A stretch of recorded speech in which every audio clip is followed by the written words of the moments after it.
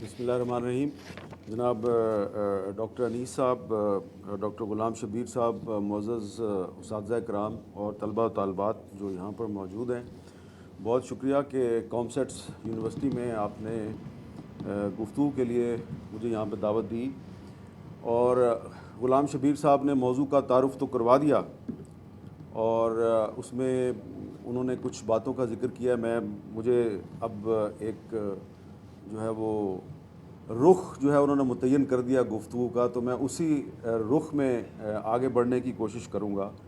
لیکن سب سے پہلے جب ہم بات کرتے ہیں کہ پاکستان جو ہے اس کا نظریہ کیا ہے اور کیا آج کے پاکستان میں اس جو ریاست کا نظریہ ہے اس کو اس طریقے سے آگے بڑھایا جا رہا ہے، نئی نسل تک پہنچایا جا رہا ہے جو کہ اس ریاست کا فرض ہے. اس سے پہلے جو تھوڑی سی back ground doctor Ghulam Shabbir صاحب نے آپ کو دی ہے، میں اس میں تھوڑا سا یہ اضافہ کروں گا کہ پہلے ہمیں یہ سمجھنے کی ضرورت ہے کہ اس وقت جو یہ سب کانٹیننٹ اور ساؤتھ ایشیا ہے، یہاں پر آپ کے سروائیول کو کیا خطرات درپیش ہیں. صرف پاکستان کے مسلمانوں کو نہیں بلکہ اس پورے سب کانٹیننٹ میں. پاکستان سے زیادہ مسلمان جو ہیں وہ اس وقت ہندوستان میں ہیں، اور ہندوستان کے مسلمانوں کو اس وقت جس مسئلے کا سامنا ہے یہ وہی مسئلہ ہے جو 1947 سے پہلے متحدہ ہندوستان کے تمام مسلمانوں کو اس مسئلے کا سامنا تھا، سروائیول کا مسئلہ تھا. اب اگر آپ لوگ صرف جو ہمارے کالجز اور یونیورسٹیز میں جو کتابیں پڑھائی جاتی ہیں تاریخ کی اور سیاست کی اور پاکستان سٹڈیز کی، اگر آپ صرف ان پہ جائیں گے تو اس میں تو آپ کو اس سوال کا جواب نہیں ملے گا، کیونکہ میرے خیال سے، میری ناچیز رائے میں، آبجیکٹیولی جو ہے ہم نے اپنی ہسٹری کو لکھا نہیں ہے. تو سب سے پہلے آپ کو یہ جاننے کی ضرورت ہے کہ یہ سب کانٹیننٹ میں اسلام جو ہے یہ کیسے آیا تھا، یہاں مسلمان کیسے پہنچے تھے. کیونکہ آج کا جو ہندوستان ہے، انڈیا، وہاں پر ایک تحریک چل رہی ہے ایکسٹریمسٹ ہندوز کی طرف سے کہ مسلمان اور جو باقی مذہب کے لوگ ہیں ان کو دوبارہ ریکنورٹ کیا جائے، ان کو دوبارہ سے ان کو ہندو بنایا جائے. اور یہ آج کی تحریک نہیں ہے، یہ تحریک جو ہے یہ 1925-1926 سے چل رہی ہے. اس کا نام ہے شدھی تحریک، اور یہ تحریک تھی جس نے تحریک پاکستان کو بھی آگے بڑھاوا دیا. تو آج کا جو ہندوستان ہے اس میں جو مسائل وہاں کے مسلمانوں کو درپیش ہیں، اگر آپ ان کا انالیسس کریں گے تو آپ کو تحریک پاکستان بھی سمجھ آ جائے گی اور پتہ چلے گا کہ پاکستان کیوں بنایا گیا تا، اور آج کا جو پاکستان ہے اس کی نظریاتی بنیادوں کو مستحکم کرنے کے لیے آپ کو کیا کرنے کی ضرورت ہے. تو اس کے لیے آپ سب سے پہلے یہ جاننے کی کوشش کریں کہ یہاں پہ اسلام کیسے آیا. یہ جو ہندو انتہا پسند ہیں جو ہندوستان میں مسلمانوں کو اور کرسچنز کو اور بدھ مت کے لوگوں کو دوبارہ ہندو بنانے کی بات کرتے ہیں، ان کا موقف یہ ہے، دعویٰ یہ ہے کہ ہندوستان میں تو اسلام تلوار سے پھیلا ہے، اور یہ تو انویڈرز تھے، یہ تو حملہ آور تھے، بیرونی حملہ آور تھے، اور انہوں نے بائی فورس تلوار کے زور پر، عسکری طاقت کے زور پہ یہاں پہ اسلام پھیلایا ہے. تو یہ بات تو بالکل غلط ہے، اس لیے کہ اب آپ میں سے بہت سے لوگ شاید یہ سمجھتے ہوں گے کہ اسلام تو یہاں پہ محمد بن قاسم صاحب لے کے آئے تھے. محمد بن قاسم کا یقیناً ہماری تاریخ میں ایک اہم کردار ہے، لیکن یہ بہت بعد میں آئے ہیں. اگر آپ تاریخ میں جائیں گے تو آپ کو پتہ چلے گا کہ جب نبی کریم حضرت محمد صلی اللہ علیہ وآلہ وسلم ابھی زندہ تھے، ابھی وہ حیات تھے، تو ان کی زندگی میں ایک ہندوستان میں جگہ کیرالہ، وہاں پر ایک مسجد بن گئی تھی. کیونکہ ہندوستان اور جو عرب تاجر تھے ان کا آپس میں بہت گہرا تعلق تھا، تو یہ سمندر کے راستے سے کیرالہ کے علاقے میں جو عرب تاجر ہیں ان کا آنا جانا تھا، اور ان عرب تاجروں کے ذریعے ہی وہاں پہ اسلام نبی کریم حضرت محمد صلی اللہ علیہ وآلہ وسلم کی زندگی میں آ گیا. اور وہاں پہ کیرالہ میں جو مسجد ہے وہ ابھی تک قائم ہے، وہ مسجد ابھی تک موجود ہے. اور اس کے بعد پھر جو خلفۂ راشدین ہیں ان کے ادوار میں 25 صحابہ کرام جو ہیں وہ ہندوستان آئے، اور محمد بن قاسم ان 25 صحابہ کرام کے بعد آئے. تو اسلام جو ہے وہ محمد بن قاسم لے کے نہیں آئے، جس کے بارے میں یہاں پہ کچھ ہماری تاریخ کی کتابوں میں کہا جاتا ہے کہ جی وہ راجہ داہر کو شکست دی اور اس کے بعد پھر جو ہے یہاں پہ اسلام پھیلا. اسلام اس سے بہت پہلے آ چکا تھا. اب یہ ہمیں پتہ نہیں ہے. جب ہمیں یہ پتہ نہیں ہوتا تو ہم وہ جو شدی تحریک والے ہیں جو ہمیں کہتے ہیں کہ دوبارہ آپ مذہب تبدیل کرو اور ہندو بن جاؤ کیونکہ تم تو تلوار کے زور پہ آئے ہو, تمہیں تو محمد بن قاسم جو ہے اس نے ہندو سے مسلمان بنایا ہے. تو ہمارے پاس آرگومنٹ نہیں ہے کیونکہ ہم نے ہسٹری نہیں پڑھی ہوئی. سب سے پہلے تو آپ کو یہ جاننے کی ضرورت ہے. اور بالکل اسلام اس خطے میں تلوار سے نہیں پھیلا, یہ سب سے پہلے عرب تاجروں کے ذریعے پھیلا اور پھر یہ صوفیہ کرام کے ذریعے پھیلا. ہمارا یہ جو خطہ ہے جو آج کا پاکستان ہے اس میں بہت سے ایسے صوفیہ کرام ہیں, ایسے بزرگان دین ہیں جن کے بارے میں آپ لوگ جانتے ہیں. جیسا کہ ایک مثال میں دوں گا کہ حضرت علی حجویری رحمۃ اللہ علیہ داتا گنج بخش کے نام سے مشہور ہیں, افغانستان سے آئے تھے. تو آپ افغانستان کو صرف جانتے ہیں طالبان اور القاعدہ کے حوالے سے. یہاں پہ بہت سے لوگوں کو نہیں پتہ کہ وہ غزنی سے آئے تھے اور غزنی سے وہ محمود غزنوی کے ساتھ نہیں آئے تھے, وہ محمود غزنوی کے کافی بعد آئے تھے. اور انہوں نے محمود غزنوی نے یہاں پہ اسلام نہیں پھیلایا, اسلام جو ہے وہ حضرت داتا علی حجویری کی تعلیمات سے پھیلا. تو یہ سب سے پہلے تو ہمیں یہ جاننے کی ضرورت ہے. اس کے بعد آپ غلام شبیر صاحب نے شیخ احمد سرہندی صاحب کا ذکر کیا جو کہ مجدد الف ثانی کے نام سے بھی جانے جاتے ہیں. اب ان کا تھوڑا سا میں چاہوں گا کہ تھوڑی سی ان کا جو کردار ہے اس کی ہم وضاحت کر دیں. جو یہاں پہ برصغیر پاک و ہند میں مسلمانوں کے خلاف جو پروپیگنڈا کیا جاتا ہے اس پروپیگنڈے کی ایک بڑی وجہ مغل بادشاہ ہیں جو کہ سینٹرل ایشیا سے آئے تھے. اور کہا جاتا ہے کہ جی مغل بادشاہ جو ہیں انہوں نے ہندوستان پہ کئی سو برس تک حکومت کی اور ان کی وجہ سے یہاں پہ اسلام پھیلا. یہ بات بھی ہسٹوریکلی غلط ہے. جو اکبر بادشاہ تھا, اکبر بادشاہ نے اپنا ایک اسلام بنانے کی کوشش کی اور اس نے اسلام کو جو یہاں کی مقامی روایات ہیں, کچھ ہندو مت کی تعلیمات ہیں, ان کے ساتھ مکس کرنے کی کوشش کی جس کو کہ دین اکبری بھی کہا گیا. ایک اس کا اپنا ایک وہ کوئی اتنا پڑھا لکھا اسکالر آدمی نہیں تھا. عام طور پہ بادشاہ جو ہوتے ہیں وہ بڑے پڑھے لکھے ہوتے ہیں, لیکن اس کے کچھ درباری تھے ایسے جنہوں نے اس کو گمراہ کیا اور اس نے اپنا ایک اسلام بنانے کی کوشش کی.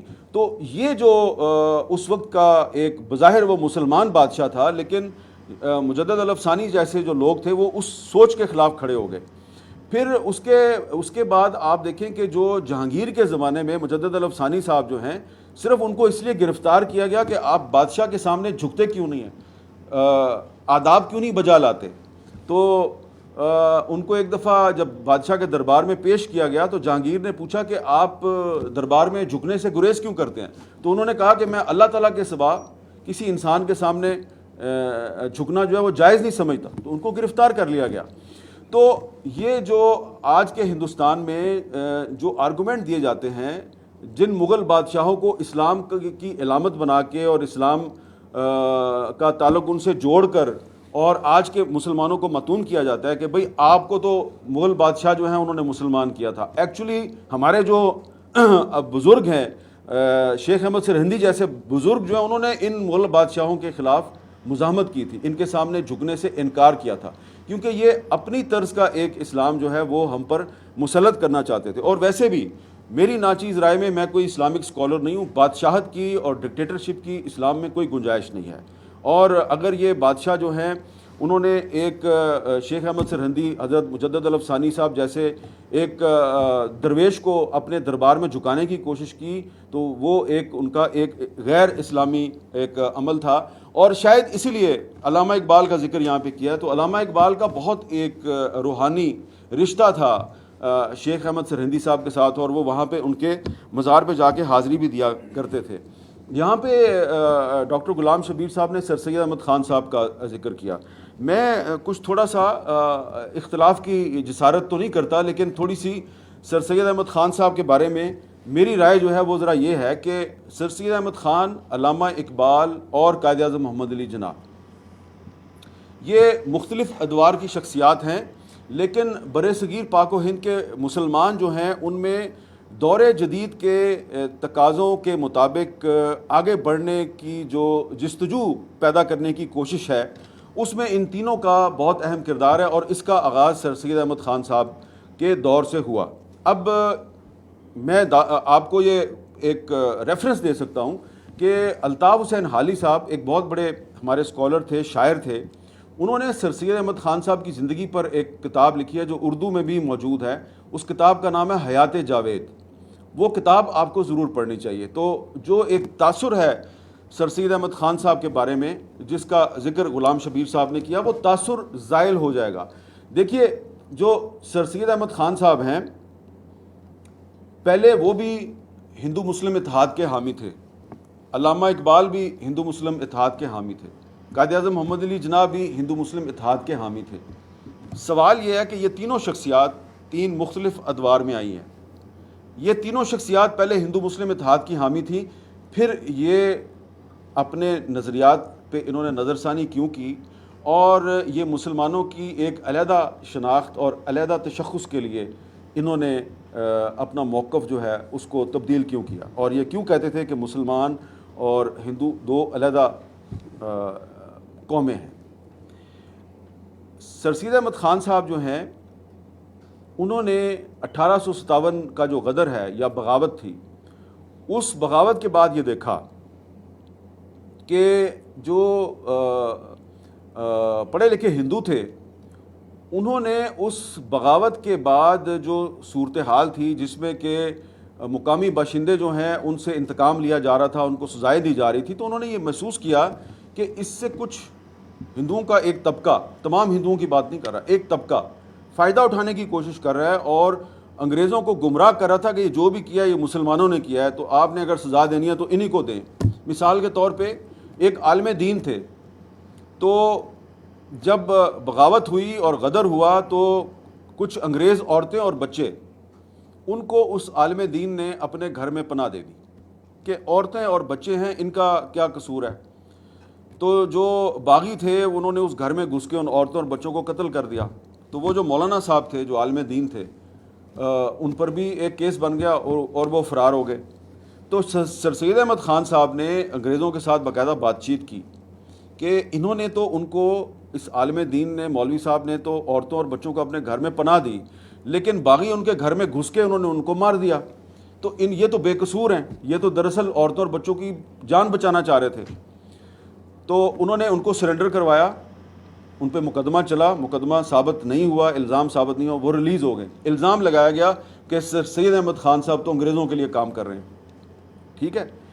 اچھا, اس کے بعد 1867 میں سر سید احمد خان کو پتہ چلا کہ انگریز جو ہندو اور انگریز مل کے تو اردو زبان اور فارسی زبان کو ختم کرنا چاہتے ہیں. اور اس زمانے میں اردو اور فارسی زبان جو ہے وہ دفتروں میں بھی استعمال ہوتی تھی, سرکاری دفاتر میں.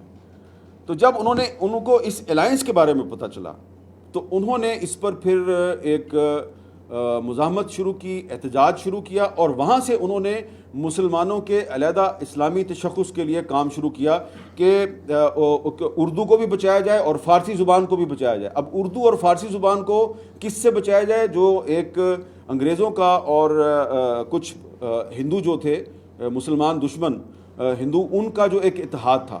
تو یہ اگر آپ الطاف حسین حالی صاحب کی کتاب پڑھیں حیات جاوید, تو اس میں آپ کو سر سید احمد خان صاحب کا جو اصل کردار ہے وہ سامنے آئے گا کہ وہ بیک وقت ایک طرف وہ اردو زبان کا دفاع کر رہے ہیں, فارسی زبان کا دفاع کر رہے ہیں, دوسری طرف وہ جو ایک الائنس بن گیا انگریزوں کا اور ہندوؤں کا, وہ اس کے خلاف مزاحمت کر رہے ہیں. تو دراصل ان کی وجہ سے مسلمانوں میں یہ شعور پیدا ہوا کہ ہمیں بھی جو جدید تعلیم ہے حاصل کرنی چاہیے. یہ جس طرح آپ کی ایک یونیورسٹی ہے, اسی طرح پھر سر سید احمد خان صاحب نے علی گڑھ یونیورسٹی قائم کی. یقیناً وہ ایک یونیورسٹی جو ہے اس میں بہت سے سبجیکٹس پڑھانے کی ضرورت تھی. اگر وہ نہیں پڑھائے جا سکے تو اس وقت نہیں پڑھائے جا سکے تو ہو سکتا ہے آج پڑھائے جا رہے ہوں. لیکن اگر سر سید احمد خان صاحب نہ ہوتے تو شاید پھر اقبال بھی نہ ہوتے, اور شاید پھر قائد اعظم محمد علی جناح بھی نہ ہوتے, اور بہت سے دیگر اسکالرز بھی نہ ہوتے. تو یہ جو ایک مسلمانوں کی ایک علیحدہ مملکت کا جو ایک آئیڈیا ہے, جو تصور ہے, یہ ہم اس کو اخذ کرتے ہیں سر سید احمد خان صاحب کی جو کوششیں ہیں وہاں سے اس کا مجھے جنم نظر آتا ہے. اور پھر اس کے بعد with the passage of time کچھ صحافی تھے جو ہمارے بزرگ صحافی ہیں, ان کا نام آپ کو آپ کی کورس کی کتابوں میں نہیں ملے گا. عبد الحلیم شرر, مولانا عبد الحلیم شرر صاحب, انہوں نے سب سے پہلے ایک علیحدہ مملکت کے بارے میں ان کا جو اخبار تھا اودھ اخبار، اس میں انہوں نے لکھنا شروع کیا. اور پھر ایک ہماری تاریخ میں دو نام جو ہیں وہ بالکل غائب ہیں، آپ کو بالکل آپ کے کورس کی کتابوں میں نہیں ملیں گے. ایک تھے عبدالستار خیری اور ایک عبد الجبار خیری. یہ خیری برادرز کے نام سے مشہور تھے. 1917 میں جب پہلی ورلڈ وار ہو رہی تھی تو یہ دونوں خیری برادرز جو ہیں یہ اسٹاک ہوم گئے اور وہاں پہ ایک بہت بڑی میٹنگ ہو رہی تھی، سوشلسٹ انٹرنیشنل کی کانفرنس ہو رہی تھی. یہ سوشلسٹ تو نہیں تھے لیکن سوشلسٹ انٹرنیشنل کی کانفرنس تھی. وہاں پہ ہر کسی کو اپنی بات کرنے کا حق تھا. یہ بھی وہاں پہنچے. انہوں نے وہاں پر کہا جی کہ برے صغیر پاک و ہند میں ایک علیحدہ ملک ہونا چاہیے مسلمانوں کا. وہ ملک کا جو آئیڈیا تھا ان کا وہ کیا تھا؟ اس آئیڈیا میں شامل تھا یو پی، اتر پردیش، سندھ، کرناٹکا، میسور اور دلی. اور انہوں نے کہا جی کہ یہ ایک علیحدہ سے مسلمانوں کی اسٹیٹ ہونی چاہیے. یہ آج کا پاکستان جو ہے اس کا صرف سندھ ان کی اسکیم میں شامل تھا. ان کی اسکیم میں کرناٹکا تھا، میسور تھا ٹیپو سلطان کی وجہ سے، دلی تھا. تو انہوں نے کہا جی کہ ہماری ایک علیحدہ، لیکن میں آپ کو بتا یہ اس لیے رہا ہوں کہ آئیڈیا جو تھا ایک علیحدہ مملکت کا وہ 1917 میں بھی جنم لے چکا تھا. پھر یہی بات مولانا عبید اللہ سندھی نے کی. پھر یہی بات جو ہے یہ مولانا اشرف علی تھانوی نے 1928 میں یہ بات کی. مولانا اشرف علی تھانوی جو ہے ان کا تعلق تو جمعیت علماء ہند سے تھا. وہ دیوبندی اسکول آف تھاٹ کے اسکالر تھے اور دیوبندی اسکول آف تھاٹ کے اکثر جو لوگ تھے وہ متحدہ ہندوستان کے حامی تھے. لیکن مولانا اشرف علی تھانوی جو بعد میں تحریک پاکستان سے وابستہ ہو گئے، انہوں نے 1928 میں یہ بات کر دی. اور یہ جو خیری برادرز تھے، خیری برادرز کا مولانا مودودی کے ساتھ بھی ایک رابطہ تھا اور ان کے ساتھ بھی ایک تعلق تھا. تو ان کے ساتھ بھی یہ ساری گفتگو ہوتی تھی. اور پھر اس کے بعد 1930 اور 1931، 1931 is very important in our history. 1931 یہاں سے کچھ ایسی تحریکیں جو ہیں وہ جنم لیتی ہیں جن کے نتیجے میں پھر تحریک پاکستان جو ہے وہ کھل کر آپ کو سامنے آتی نظر آتی ہے. 1931 میں 23 مارچ 23 مارچ کی ڈیٹ آپ قرارداد پاکستان یا قرارداد لاہور کی وجہ سے جانتے ہیں. 23 مارچ 1931 کو لاہور میں بھگت سنگھ کو پھانسی دی گئی تھی. اب بھگت سنگھ جو ہے وہ پاکستان میں صرف کیونکہ وہ سکھ تھا تو اس کو یہاں پہ وہ رسپیکٹ نہیں ملتی. لیکن بھگت سنگھ نے جب لیجسلیٹو اسمبلی آف انڈیا میں 1929 میں پھانسی سے 2 سال پہلے اس نے ایک کریکر چلایا تو قائد اعظم اس وقت اسمبلی کے اجلاس میں موجود تھے. تو قائد اعظم نے اسمبلی کے اجلاس میں بھگت سنگھ کے اس واقعے کی مذمت نہیں کی بلکہ کہا کہ اس نوجوان کو یہ اپنی بات ہم تک پہنچانے کے لیے جو بھی اس نے راستہ اختیار کیا ہے اس کو اس چیز کا حق حاصل ہے. جبکہ برٹش گورنمنٹ نے کہا کہ یہ غدار ہے، یہ دہشت گرد ہے. لیکن قائد اعظم نے اور گاندھی دونوں نے بھگت سنگھ کو غدار قرار نہیں دیا اور اس بھگت سنگھ کو پھر 23 مارچ 1931 کو لاہور میں پھانسی دے دی گئی. اس کے بعد چند ہفتوں کے بعد ایک اور واقعہ ہوتا ہے. 29 اپریل 1931 جموں میں عید کی نماز پر مسلمانوں کے جو ایک مسلم امام صاحب تھے جو خطبہ دے رہے تھے، انہوں نے خطبے میں کوئی قرآن آیات پڑھی، اس میں فرعون کا ذکر آ گیا.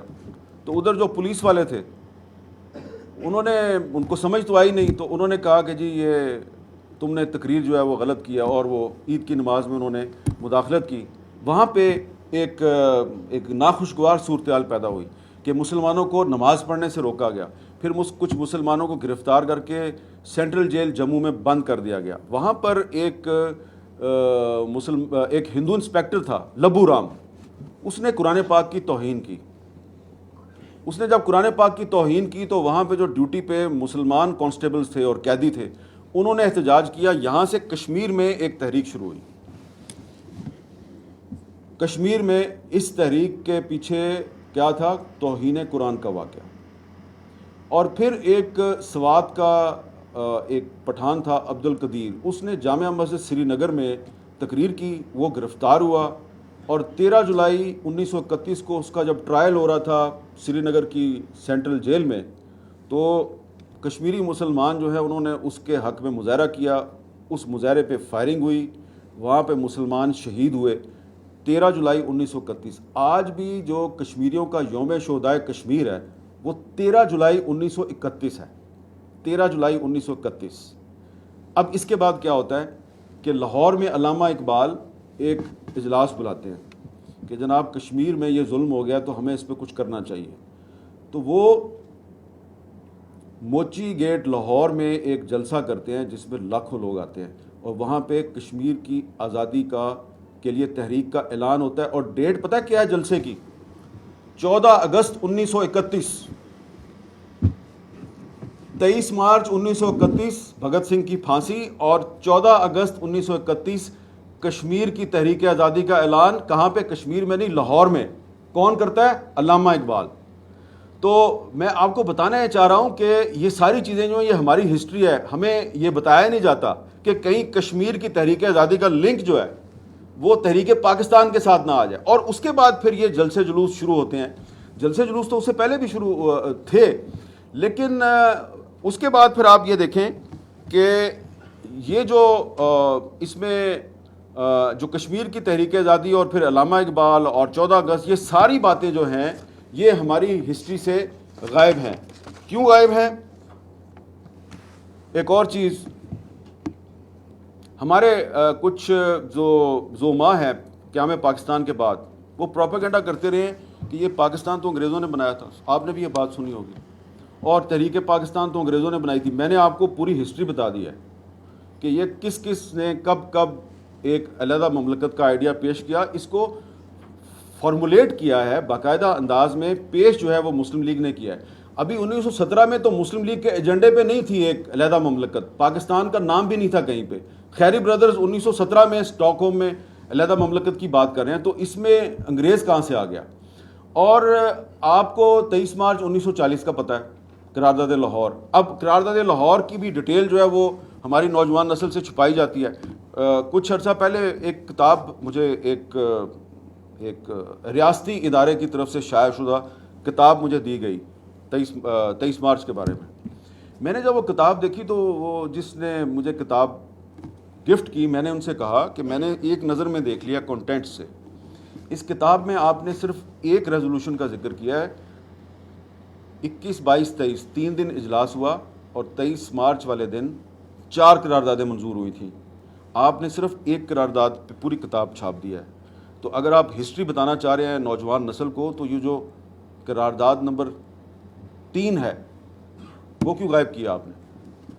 انہوں نے کہا کیا وہ قرارداد نمبر 3 کیا تھی؟ میں نے کہا بھائی فلسطین کے بارے میں تھی, فلسطین کے بارے میں قرارداد غائب کر دی آپ نے. انہوں نے کہا دس از ناٹ آور ایشو. میں نے کہا then who are you who gave you this authority to distort the history of Pakistan movement. 23 مارچ 1940 کو صرف ایک علیحدہ مملکت کے لیے قرارداد منظور نہیں کی گئی. 23 مارچ 1940 کو آل انڈیا مسلم لیگ کے اجلاس میں ایک اور قرارداد منظور کی گئی کہ بر صغیر پاک و ہند کے مسلمان فلسطین کے ساتھ کھڑے ہیں, اور اگر فلسطین کو تقسیم کیا گیا تو ہم اس کی مزاحمت کریں گے. اس وقت تک ابھی اسرائیل نہیں بنا تھا, لیکن آل انڈیا مسلم لیگ 23 مارچ 1940 کو آپ کے لیے ایک علیحدہ مملکت کی بات بھی کرتی ہے اور فلسطین کے تحفظ کی بات بھی کرتی ہے. اس کا کیا مطلب ہے؟ فلسطین کو تقسیم کون کر رہا تھا؟ انگریز سرکار کر رہی تھی نا, یہودیوں کے ساتھ مل کے. تو اگر 23 مارچ 1940 کو قائد اعظم محمد علی جناح کی صدارت میں ایک قرارداد پاس ہوتی ہے فلسطین کے حق میں, تو قائد اعظم انگریزوں کے ایجنٹ کیسے ہو گئے؟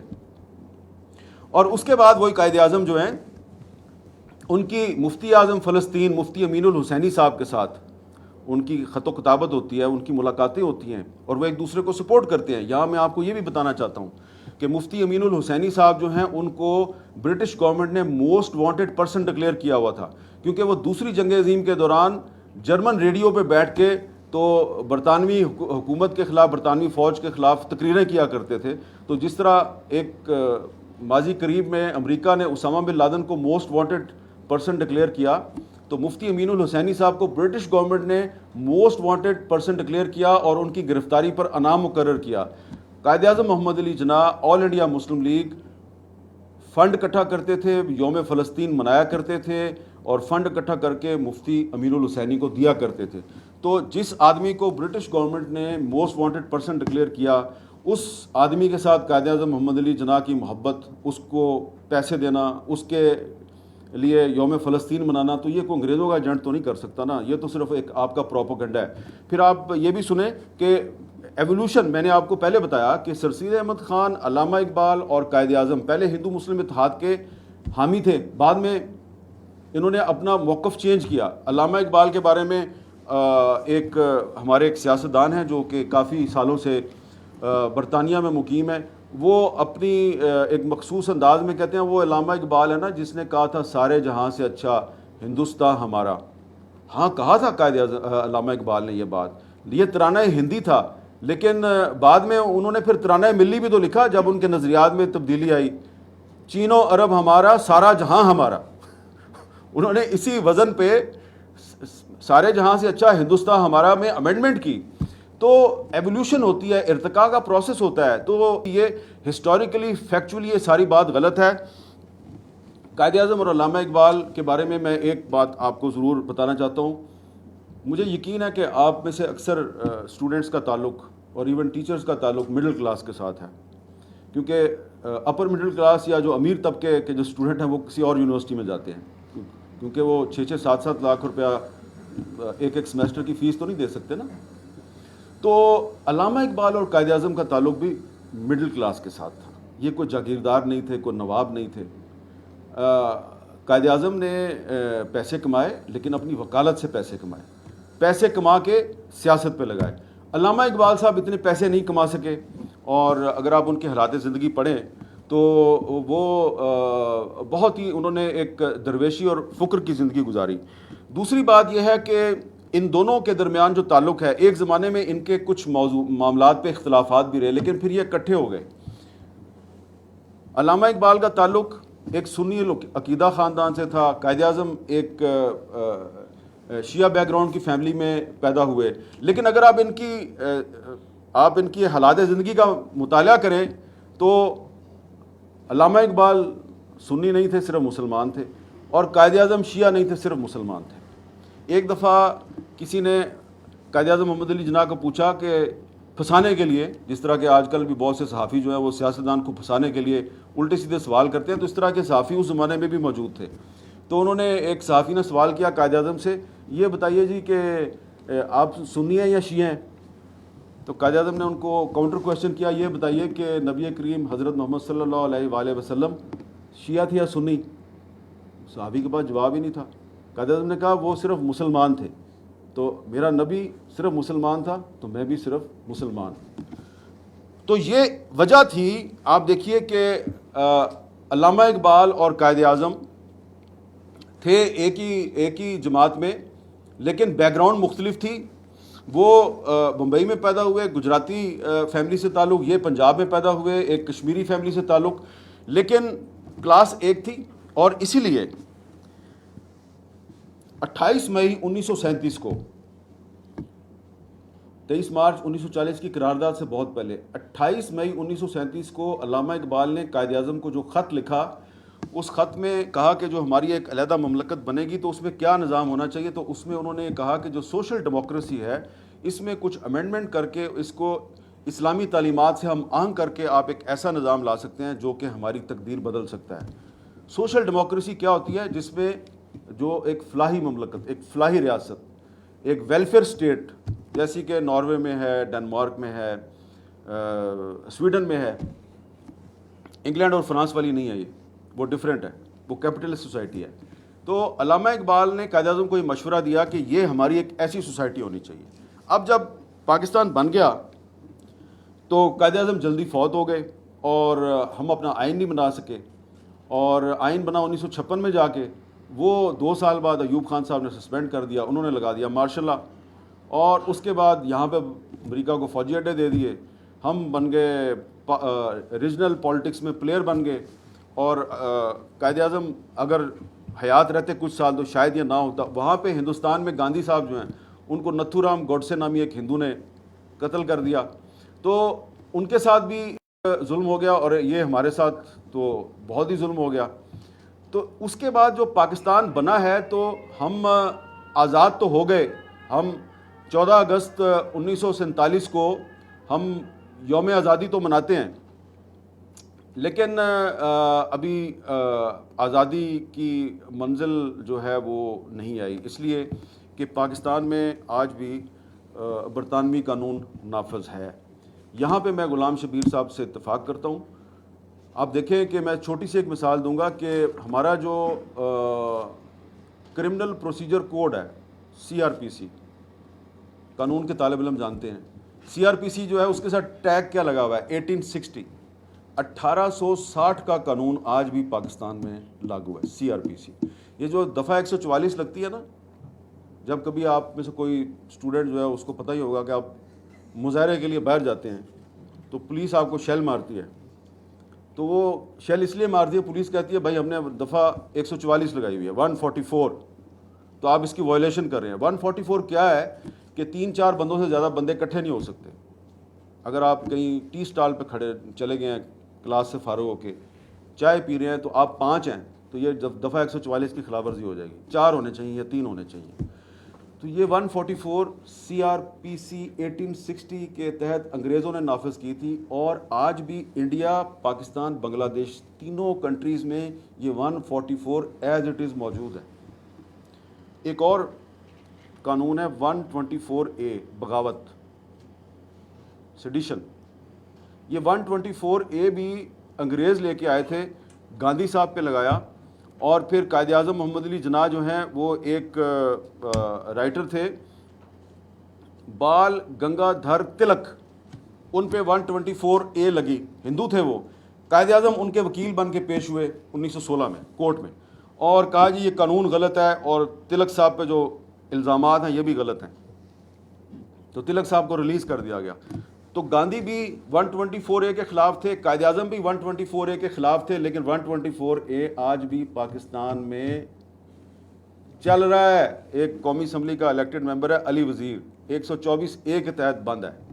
سپریم کورٹ نے اس کی ضمانت کی ہوئی ہے, سندھ ہائی کورٹ نے اس کی ضمانت کی ہوئی ہے, لیکن 124A اتنی مضبوط ہے کہ سپریم کورٹ اور سندھ ہائی کورٹ کی کچھ نہیں چلتی اس 124A کے سامنے.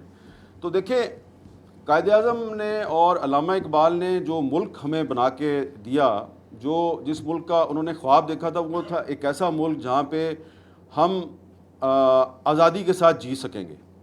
تو ہم آزاد تو ہو گئے ہیں, لیکن جو قانون ہے اس کی لیگسی, برٹش کالونیل لا جو ہے, وہ آج تک ہمیں رول کر رہا ہے. ہم آج بھی کامن ویلتھ کے ممبر ہیں. کامن ویلتھ میں وہ کنٹریز شامل ہیں جو کسی زمانے میں برٹش کالونیز میں شامل تھے. اب ہم ٹھیک ہے آپ کامن ویلتھ میں رہیں, لیکن بھائی کم از کم آپ برٹش کالونیل لا جو ہے وہ تو آپ تبدیل کر دیں نا. تو یہ کبھی کبھی جب آپ دیکھتے ہیں نا کہ کچھ ہمارے پارلیمنٹیرینز مطالبہ کرتے ہیں کہ پاکستان میں شریعت نافذ ہونی چاہیے, تو کہا جاتا ہے یہ جو ہے نا یہ ایکسٹریمسٹ ہیں. وہ ایکسٹریمسٹ آپ ان کو اس لیے کہتے ہیں کہ آپ کی جو اسمبلی ہے اس میں جو زیادہ تر لوگ ہیں وہ اس طبقے سے تعلق رکھتے ہیں جو تحریک پاکستان میں آپ کے ساتھ نہیں تھا, قائد اعظم کے ساتھ نہیں, وہ انگریزوں کے ساتھ تھے. اور وہی لوگ ہیں وہ آپ کو ہر پارٹی میں نظر آتے ہیں, اور وہی لوگ ہیں جو وفاداریاں تبدیل کرتے ہیں, جن کو کہ آپ لوٹے کہتے ہیں. تو یہ لوٹے ساری بڑی پارٹیوں میں موجود ہیں, اور ان کے آباء و اجداد جو ہیں یہ 1857 سے لے کے اور 1947 تک 100 سال تک انہوں نے انگریزوں کی خدمت کی. ان پر بڑی ریسرچیں ہو چکی ہیں. پاکستان کی یونیورسٹی میں ریسرچ نہیں ہوتی, باہر کی یونیورسٹی میں ریسرچ ہوتی ہے. اور برٹش کالونیل لا کو تبدیل کرنے کے لیے 2 سال پہلے رضا ربانی صاحب نے سینٹ میں ایک قرارداد پیش کی, ایک بل پیش کیا کہ 124A جو ہے اس کو تبدیل ختم کر دیا جائے. CRPC 1860 کی میں یہ جو 124 ہے اس کو ختم کریں, یہ انگریز لے کے آئے تھے. آپ کو پتہ ہے ریجیکٹ کر دیا. وزیر اعظم تھا عمران خان, اپوزیشن لیڈر کون تھے, یوسف رضا گیلانی صاحب. دونوں نے مل کر ریجیکٹ کر دیا. دونوں نے کہا کہ نہیں, یہ برٹش کالونیل لا چینج نہیں کرنا. وجہ کیا ہے کہ ان دونوں کی پارٹیوں میں ایسے لوگ ہیں جنہوں نے انگریزوں سے زمینیں لیں. تو انہوں نے انگریزوں سے زمینیں لیں, بڑے بڑے جاگیردار ہیں. تو اگر یہ انگریزوں کے قانون کی مخالفت کریں گے تو ظاہری بات ہے اسٹیٹس کو تبدیل ہو جائے گا، اسٹیٹس کو تبدیل ہو جائے گا، ان کی سیاست ختم ہو جائے گی. تو اس لیے پاکستان بن تو گیا ہے، لیکن پاکستان کو ابھی ہم نے آزاد کروانا ہے سامراج اور استعمار کے اثر و نفوذ سے. اور اس کے لیے کوئی ہم نے پرتشدد تحریک نہیں چلانی، کوئی مسلح جدوجہد نہیں کرنی. ہم نے علامہ اقبال اور قائد اعظم کی طرح ایک پرامن سیاسی تحریک چلانی ہے.